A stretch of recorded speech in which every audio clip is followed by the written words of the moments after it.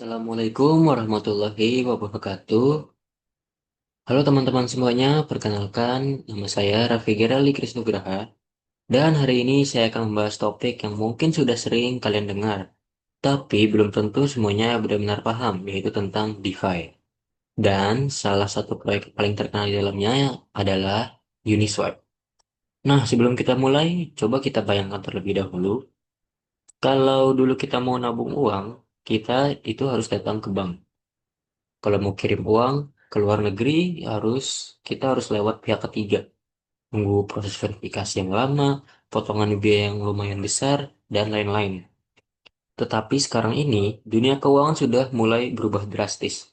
Teknologi blockchain membuka jalan ke arah yang disebut keuangan terdesentralisasi atau DeFi, Decentralized Finance. Dengan sistem ini, kita bisa melakukan transaksi keuangan tanpa perantara. Semuanya otomatis dijalankan oleh program komputer.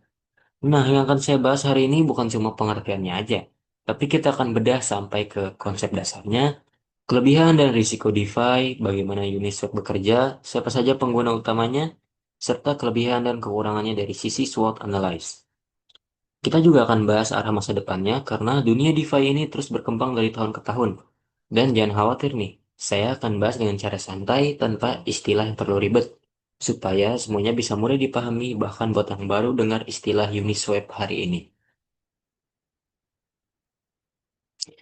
Oke, kita mulai dari hal yang paling penting dulu. Apa sih sebenarnya DeFi itu? DeFi adalah singkatan dari Decentralized Finance. Kalau diterjemahkan ke bahasa yang sederhana, DeFi itu adalah sistem keuangan yang tidak punya pusat. Kalau biasanya kita itu transaksi keuangan harus dikelola oleh lembaga seperti bank atau pemerintah. Nah, maka kalau di DeFi ini nih, semuanya tuh diatur oleh kode komputer dan berjalan di atas jaringan yang bernama blockchain, seperti Ethereum. Jadi, misalnya kalian itu mau ngelakuin pinjaman, mau nabung, mau berinvestasi, atau mau jual beli aset digital gitu. Kalian tuh bisa ngelakuin tanpa melibatkan bank sama sekali. Semuanya tuh berjalan secara otomatis lewat smart contract. Nah, apa itu smart contract?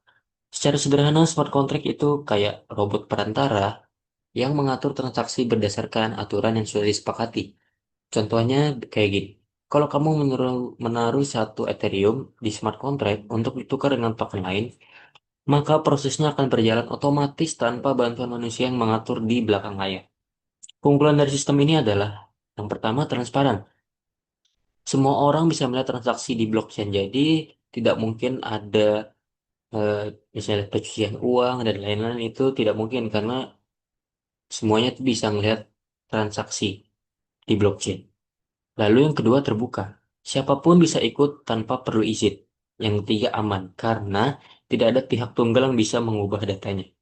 Nah, makanya DeFi disebut sebagai revolusi keuangan berikutnya. Dia berusaha menyaingi sistem keuangan tradisional dengan cara yang lebih terbuka dan demokratis. Supaya kita makin paham, saya jelaskan tiga konsep utama yang membuat DeFi berbeda dari sistem keuangan tradisional. Yang pertama, tanpa perantara. Kalau di dunia konvensional, kalian itu butuh pihak ketiga untuk mengirim atau menukar uang. Butuh pemerintahan, butuh bank, dan lain-lain. Tapi di DeFi ini nggak ada itu. Semua transaksi dilakukan langsung antar pengguna. Ya, dengan istilah yaitu peer-to-peer.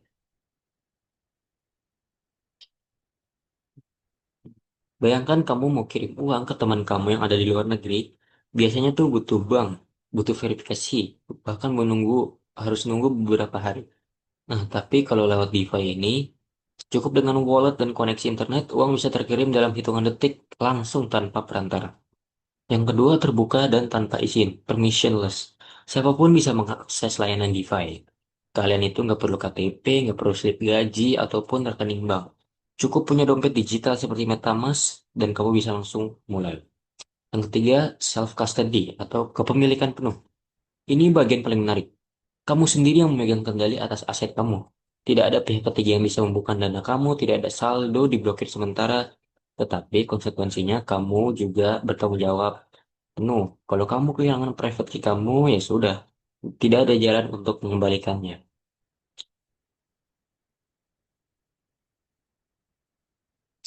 Sekarang kita bahas dua sisi dari koin ini, yaitu kelebihan dan risikonya. Kelebihan DeFi yang pertama ada aksesibilitas global, siapapun dimanapun bisa mengikuti. Yang kedua, transparansi total, semua transaksi terekam di blockchain. Yang ketiga, kontrol pribadi. Kamu pegang penuh atas asetmu sendiri. Tapi tentu saja DeFi bukan sistem yang sempurna. Ada juga risikonya. Yang pertama, risiko kehilangan data permanen. Kalau private key hilang, aset tidak bisa dikembalikan alias hilang juga. Yang kedua, risiko bug di smart contract. Kadang ada celah keamanan yang bisa dimanfaatkan oleh hacker. Jadi, untuk serangan dari hacker itu masih berbahaya di DeFi ini. Yang ketiga, ada volatilitas harga. Nilai aset kripto bisa naik turun ekstrim dalam waktu singkat. Jadi, kalau mau masuk ke dunia DeFi, penting banget untuk paham cara kerjanya dulu. Jangan asal ikut tren, tapi pahami dulu bagaimana sistemnya mengatur uang kita. Nah, sekarang kita masuk ke contoh nyata dari dunia DeFi, yaitu Uniswap. Uniswap adalah Decentralized Exchange atau DEX, artinya tempat orang menukar token kripto tanpa pihak ketiga. Kalau di dunia biasa kita kenal Binance, Toko Kripto, Indodax, atau yang baru-baru ini ada Flock. Itu semua bursa terpusat atau CEX, Centralized Exchange. Perbedaannya Perbedaannya kalau di Checks itu semua transaksi disimpan dan dikelola oleh pihak perusahaan. Sedangkan di Uniswap, transaksi langsung antara pengguna. Tidak ada perusahaan yang memegang uang kamu. Yang membuat Uniswap unik adalah mekanisme yang mereka gunakan, yaitu Automated Market Maker atau AMM. Kalau bursa biasa pakai order book, daftar beli dan jual Uniswap, menggantinya dengan liquidity pool, yaitu kumpulan dua token yang disimpan di smart contract. Misalnya ada pool Ethereum USD, kalau kamu beli Ethereum maka harga Ethereum naik sedikit dan USD di pool berkurang. Semua diatur otomatis oleh rumus X kali Y sama dengan K. Jadi Uniswap tidak butuh penjual dan pembeli manual, semua sudah otomatis disesuaikan oleh sistem. Dan yang menarik, siapapun bisa ikut jadi penyedia likuiditas atau liquidity provider. Dengan cara menaruh dua token ke pool, kamu bisa dapat bagian dari biaya transaksi setiap kali orang berdagang di pool itu.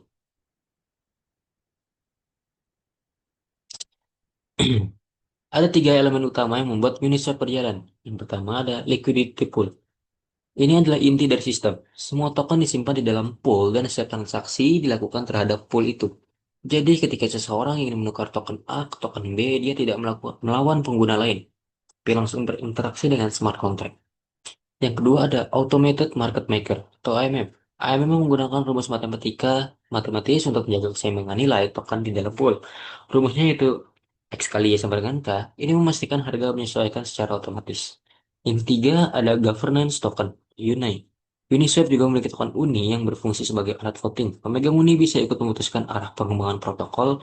Contohnya, apakah akan menambahkan fitur baru, ataukah akan mengubah biaya administrasi dan lain-lain, atau meningkatkan keamanan, seperti menghilangkan bug atau defense dari hacker dan sebagainya.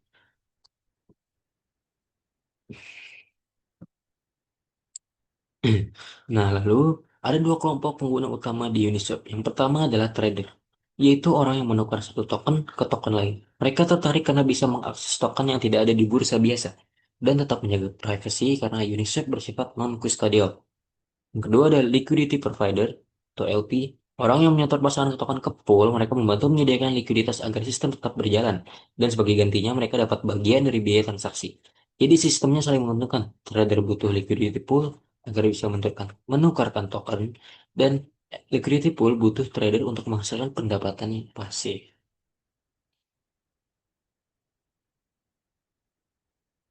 Sekarang kita lihat posisi Uniswap dari sisi SWOT, strength dan weakness. Nah, Uniswap adalah pionir DEX, jadi punya reputasi tinggi dan komunitas besar. Yang pertama, tahan sensor. Tidak bisa dimatikan oleh pemerintah karena berjalan di blockchain. Yang kedua, open source. Semua kode bisa diaudit dan dikembangkan siapapun. Versi V3-nya sangat efisien berkat fitur concentrate liquidity. Nah, risiko impermanent loss bagi LP yaitu potensi kerugian karena perubahan harga token di pool. Gas fee tinggi di jaringan Ethereum, risiko bug di smart contract, slippage yaitu perbedaan harga eksekusi saat transaksi besar. Lalu di opportunities, DeFi masih berkembang pesat di peluang pertumbuhan Uniswap besar.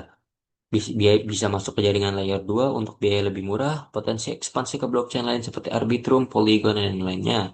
Nah, untuk di trades, kompetitor baru bermunculan seperti PancakeSwap atau Curve Finance. Lalu regulasi pemerintah terhadap DeFi masih belum jelas. Nah, untuk menghadapi tantangan UNICEF sudah memperluas jaringannya ke layer 2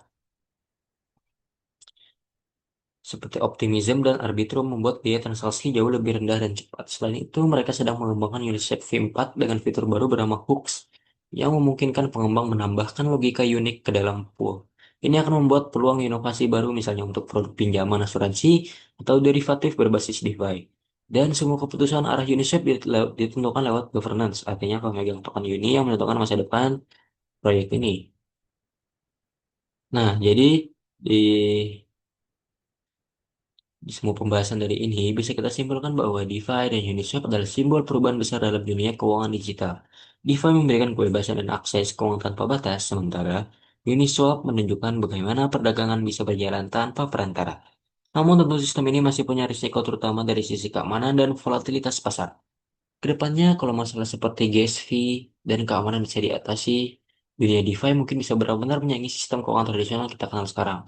Nah, sekian presentasi dari saya. Terima kasih sudah menyimak sampai akhir. Semoga teman-teman jadi lebih paham apa itu DeFi dan bisa melihat bagaimana teknologi seperti Uniswap mengubah cara kita berinteraksi dengan uang. Saya Raffi Geraldi Nugraha, kurang lebihnya mohon maaf. Wassalamualaikum warahmatullahi wabarakatuh.